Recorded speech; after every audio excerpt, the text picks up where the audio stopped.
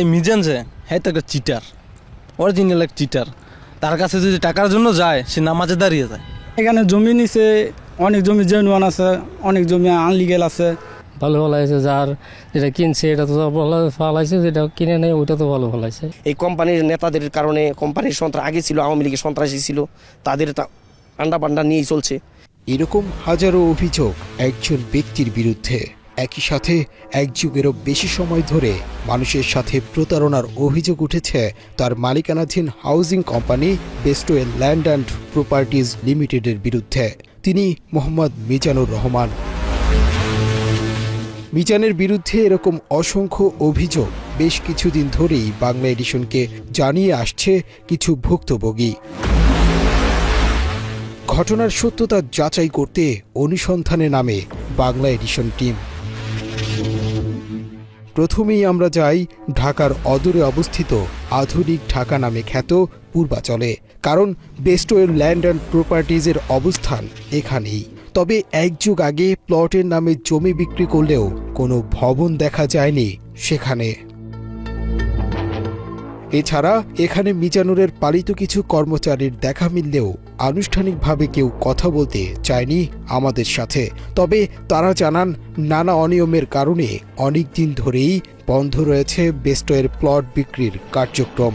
এ সময় সবুজে ঘেরা বিস্তীর্ণ প্রান্তরে একাধিক ভুক্তভোগীর দেখা পাই আমরা।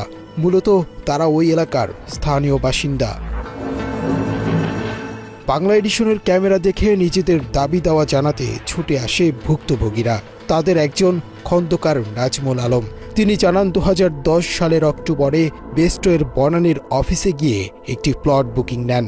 পরবর্তীতে 2012 সাল পর্যন্ত কয়েক ধাপে নগদ ও চেকের মাধ্যমে বেস্টওয়েকে 8 লক্ষ টাকা দিয়েছেন। আমি 2010 সালে পূর্বাচল বেস্টওয়ে সিটিতে 3 কাঠার একটা প্লট বুকিং দেই। এটা ফেয়ারিল্যান্ড 4 তাদের যে প্রজেক্ট, এই প্রজেক্টে ডাউন পেমেন্ট বুকিং মানি দেওয়ার পরে প্রতি মাসের যে ইনস্টলমেন্ট ছিল সেগুলো আমি পরিশোধ করে আসি। প্রায় 2.5 বছরের মাথায় এসে আমি লক্ষ্য করলাম যে তাদের যে সাইট, এই সাইটটাতে যে ডেভেলপমেন্ট হওয়ার কথা ছিল ফেয়ারিল্যান্ড 1-2, সেগুলোরই কোনো ধরনের ডেভেলপমেন্ট চোখে পড়ে না। আমারটা ছিল ফেয়ারিল্যান্ড 4-এ। তবে মিজানের সাথে বেস্টওয়ে চুক্তি ভঙ্গ করায় এবং প্লট বুঝিয়ে দিতে ব্যর্থ হওয়ায় বুকিং দেয়া সেই প্লট 2014 সালে কোম্পানির নিয়ম অনুযায়ী বাতিল করেছেন নাজমুল। আর এরপরই শুরু হয় বেস্টওয়ের নানা ধরনের টালবাহানা। তারা যে টাইম লাইন দিয়েছিল এই সময়ের মধ্যে তারা প্লট ডেভেলপ করে আমাদেরকে হ্যান্ডওভার করবে, তার কোনো নিদর্শন আমরা এখানে দেখি না। যার পরিপ্রেক্ষিতে আমি আরও অনেকের সাথে কথা হলো, মানুষজনও আমাকে নিরুৎসাহিত করলো, তাদের সম্পর্কে অনেক নেগেটিভ কথাবার্তা বলল যে তারা এটা প্লট ডেভেলপমেন্ট করে আপনাদেরকে বুঝাই দিতে পারবে না। আমি তাদের অফিসে গেলাম, গিয়ে কথাবার্তা বললাম যে আমি আপনাদের এই ইনস্টলমেন্ট আর দেবো না, আমি ক্যান্সেল করতে চাই।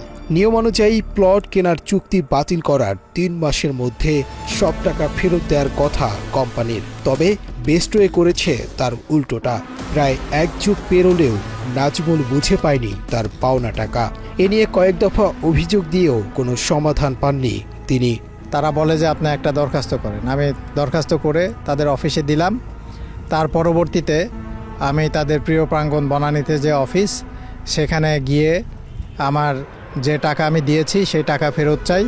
তখন তারা নানান ধরনের কথাবার্তা বলে সেই অফিস থেকে, আজকে না কালকে, কালকে না পরশু আসেন। তারপরে গেলে তারা বলে আমাদের ফান্ড নাই। উপায়ন্ত না পেয়ে লিগ্যাল নোটিশ পাঠালে সেটি গ্রহণ করেনি বেস্টওয়ে কর্তৃপক্ষ। সবশেষ তাদের অফিসে গেলে ভুক্তভোগীকে নানা ধরনের ভয়ভীতি দেখানো হয়েছে।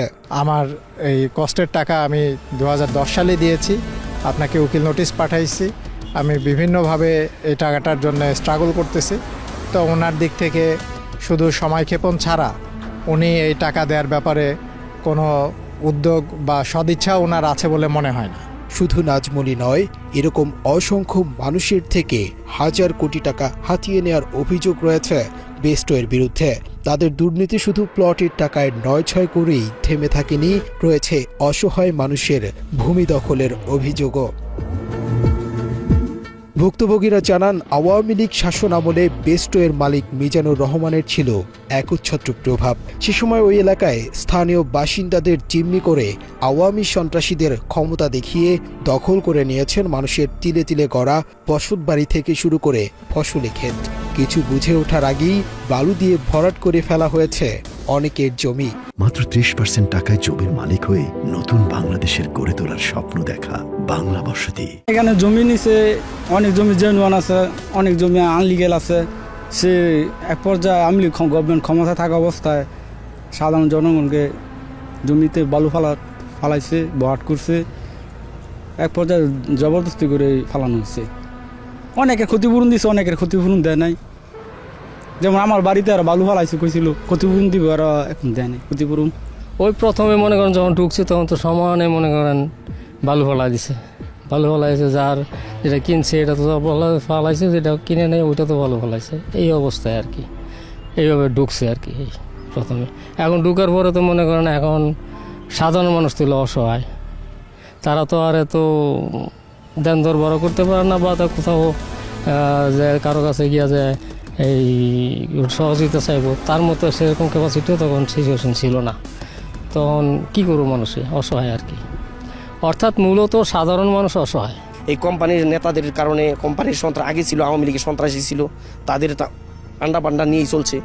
এখন বর্তমানে আসছে তারাও আবার নেতাগুলা যা আছে সব আবার তাদের বরাবর নিয়ে গেছে।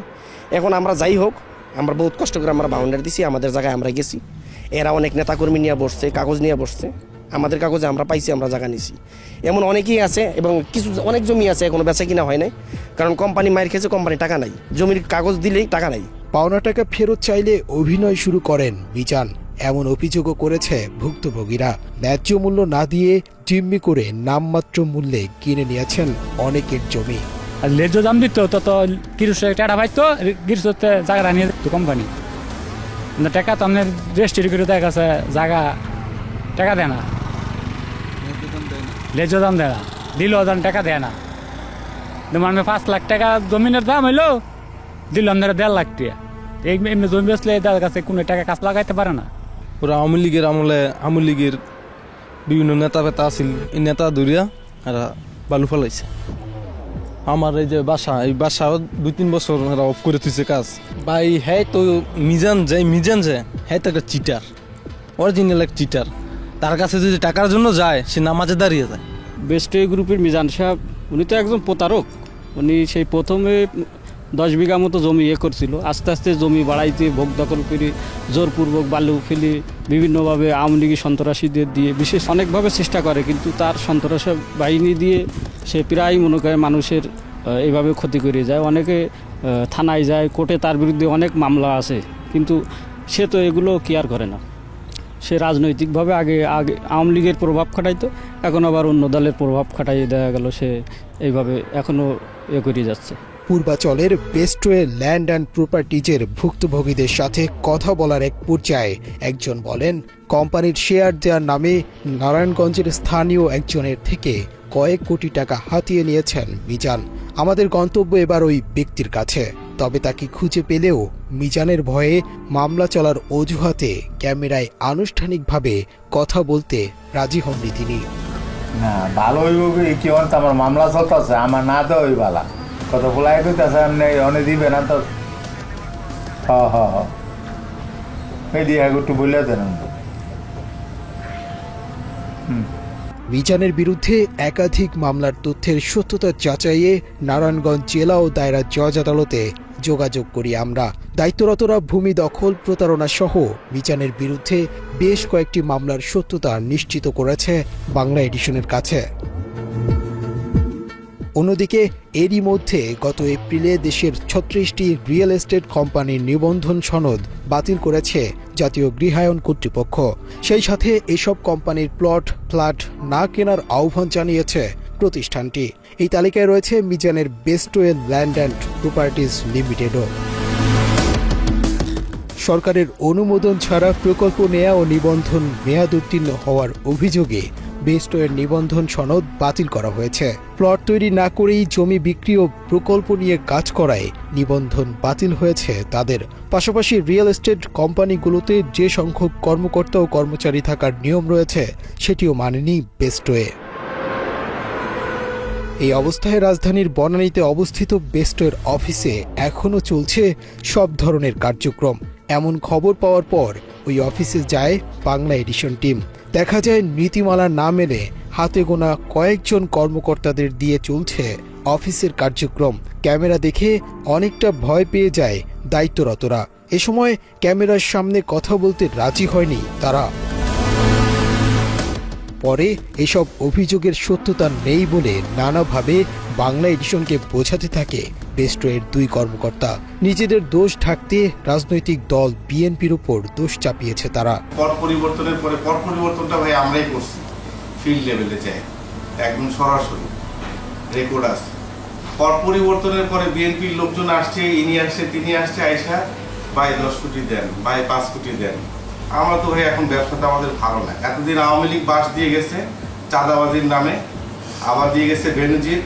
আমাদের তো এমনিতেই অবস্থা ভালো না, তার মধ্যে যদি এখন আপনি বিএনপির লোক নেতা হয়ে আপনি যদি 5 কোটি চান, আমার নাই 5 লাখ, আবার যদি আরেকজন এসে 2 কোটি চায়, আমার নাই 2 লাখ, তাহলে ওই এত ডিমান্ড ফুলফিল করবো করতে ওই আপনি এনে জানা এসে এসিল্যান্ডকে টিএমএসের খোঁচা দিয়ে আজাইরে নিয়ে এসে এসিল্যান্ড টিএমএস কিন্তু আমাদের কাগজপত্রও দেখতে আসে নাই, আমাদের একটা চিঠিও দেয় নাই যে নোটিশ দিলাম আমরা আসতেছি।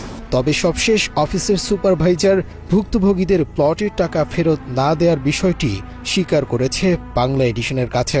এসব কারণে বেচা বিক্রি আইন একদম তলানিতে।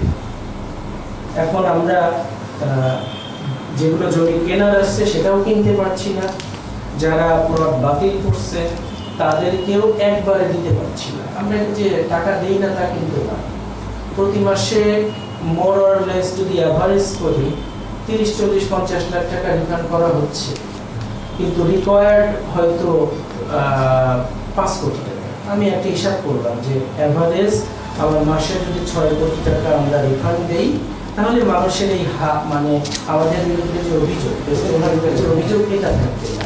এসব অভিযোগ নিয়ে একাধিকবার বেস্টওয়ের মালিক মিজানুর রহমানের সাথে যোগাযোগ করার চেষ্টা করা হলেও পাওয়া যায়নি তাকে।